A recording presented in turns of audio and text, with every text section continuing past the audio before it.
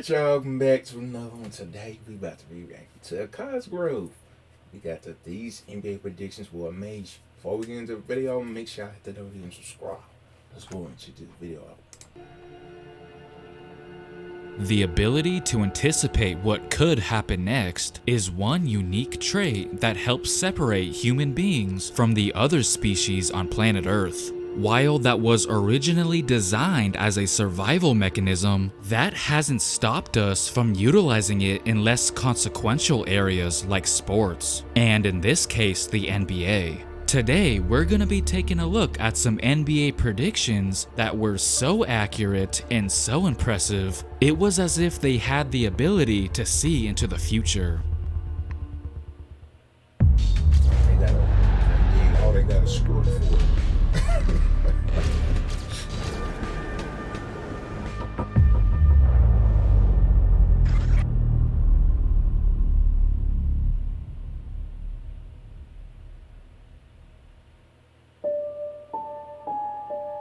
But I was about to say, is he gonna play that music?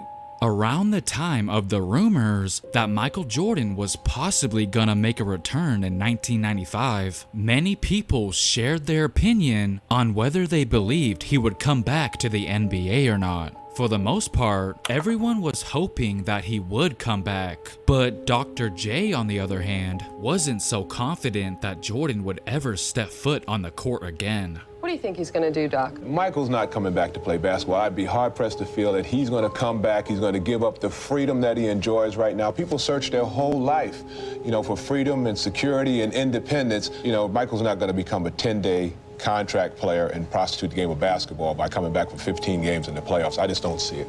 He made a pretty fair point, I guess, but Bill Walton and Marv Albert didn't really agree. They were talking as if there was a pretty strong possibility he was gonna make a return, and what they said turned out to be extremely accurate. There's been so much speculation as to what the date would be, and if Michael happens to be tuned in, I'd like to say on behalf of all of us at NBC, we have a very fine Chicago at Indiana game, Bill, next Sunday afternoon. It would be just perfect. Okay, I know what you're probably thinking. He had to have heard rumblings that Jordan was probably eyeing the Pacers as a good game to come back to. Well, Hannah Storm literally says, But we should emphasize at this point, we have no definitive indication that he is coming back to the NBA or when that might be.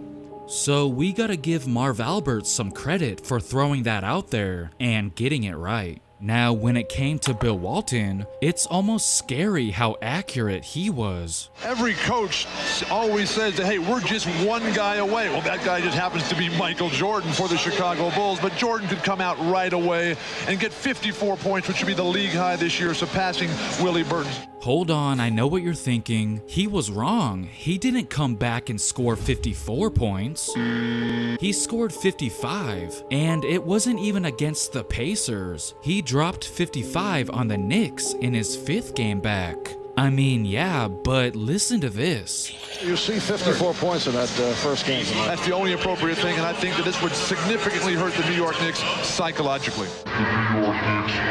Did you guys hear that? Walton said that Jordan dropping 54 on the New York Knicks would significantly hurt them psychologically. Okay, he was off by 1 point, but I'm sure we can let that slide. And the craziest part is, nobody even brought up the Knicks but him. He said that so confidently with a straight face and everything. He didn't even flinch at all. I don't know about you guys, but I'm fully convinced that he had a crystal ball underneath that scores table. Immediately following a 106-91 victory the Warriors had over the Jazz on March 21st, 2015, Leandro Barbosa had a post-game interview with Roz Gold on Woode, and he said something that was very bold of him at the time. We're going to be championship. Thank you, Leandro. Awesome. All right. We're gonna be championship. And the best part was when he looked back at the camera as he began walking away, almost as if he was trying to say, you just wait and see. Believe it or not, people actually thought he was crazy at first for coming out and saying something like that, but his teammates were with him 100%. Quote, After I said that, I came to the locker room and said, guys, I probably did a crazy thing, but I said that we were going to be champions. Does anybody here believe or trust what I'm saying? And everybody said, yes, we're with you. So I said, let's make it happen. And that's exactly what they went out and did, defeating the Cavaliers in the NBA Finals in 6 games. Now remember, this was pre-Kevin Durant, and even pre-73-9 Warriors for that matter, so there was no guarantee that he would be right. But I tell you what, Barbosa certainly did not hesitate to rub it in the doubters' faces. So, Andrew, you said we're going to be championship. I said it 6 months ago. I called it 6 months ago. People laugh at me. And now, what we are, you say it. You say it. Champions. Here we go. 2015 championship. Yes, man. We are. It's no secret that Stephen A. Smith is not the greatest at predicting the outcomes of games, especially when it comes to the NBA Finals. But amazingly, he managed to get something right when he and Skip Bayless were trying to predict what the score would be for Game 1 of the 2012 NBA Finals. The Oklahoma City Thunder are ready for this moment. They will win this game tonight. What's the score? I'm picking Oklahoma City, I would say 105-94. Well, that's big. And guess what? He was right on the money, predicting the score of Game 1 correctly. And I wouldn't be surprised if Skip was fuming afterwards about the fact that he was wrong and Stephen A. Smith was dead on. Another person who was spot on with their prediction was Candace Parker. Just as the game was about to begin between the Golden State Warriors and the Atlanta Hawks on November 8th, 2021, Candace had a feeling about something. She tweeted, "Steph is gonna have 50 tonight. Anytime you play against a young protege, you gotta let him know." And lo and behold, Steph did not let her down, putting up exactly 50 points. You call him TLC if you'd like.